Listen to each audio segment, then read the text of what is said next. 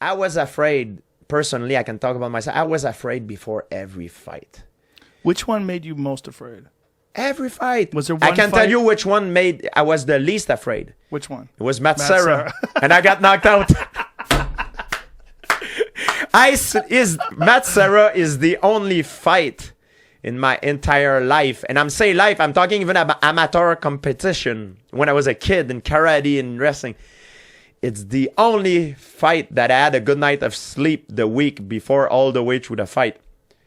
I had it all figured out. I didn't make those crazy scenarios in my mind. I didn't rethink of it. This idea of fighting, of losing didn't haunt me.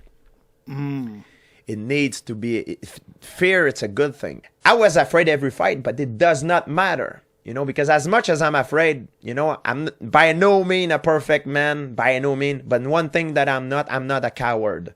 And no matter who I'm fighting, and if the contract is good, everything is good, I'm going to go out there and I don't care about how I feel because it's subjectivity.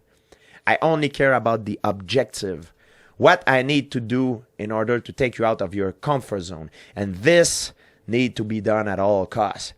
Me, myself, how I feel, if I'm sick or not, what the other people think, that does not exist.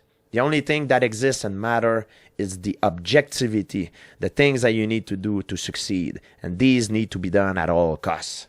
That's how you should think when you have a fight coming up. That's how they should. People, they don't know that because they cannot, nobody can really rely to that because not everybody that is a fighter. But I know as a fighter, I can tell you for certain that I'm sure they are both afraid. It's normal. Every fight, you're kind of afraid. You can be confident, but you always have this idea in the back of your mind that, man, if I mess up, I could lose everything, all my legacy and everything. It's normal. And you should feel this way. Because if you don't feel this way, my friend, it's the end of their career. And that's when you take the big dive and now it's loss after loss after loss after loss. Yeah, well, Hickson said that as well. When people say, "Are you afraid?" He says, "I'm always afraid." He goes, "If you tell me that someone's not afraid, I'm like, that's a crazy person." Bro, it's because do you have a pride? Are you a proud person? You want to be knocked out in front of everybody, no, I'm a proud person. I don't want to be knocked out. I don't want to be humiliated.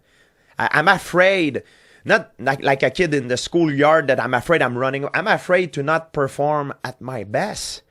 I'm afraid that I zig when I should have zag. And I used to seek the help of sport psychologists because of that. Because when I was looking around, when I was competing, everybody is putting a mask on. Everybody is saying, they use the word excited. Hey, I'm excited. And even the sport psychologists used to tell me, George, stop saying you're afraid. You're excited.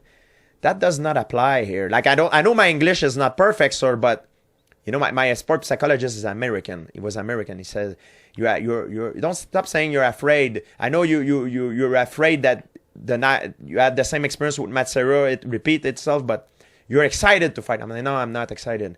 I'm not afraid to admit that I'm afraid. I'm excited if I'm in Montreal when it's minus 20 degrees Celsius and I know I'm going next week in vacation to the beach in Miami. I'm excited.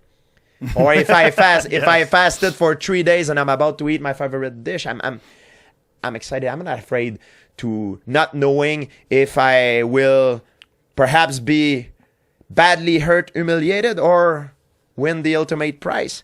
And there's no shame in that.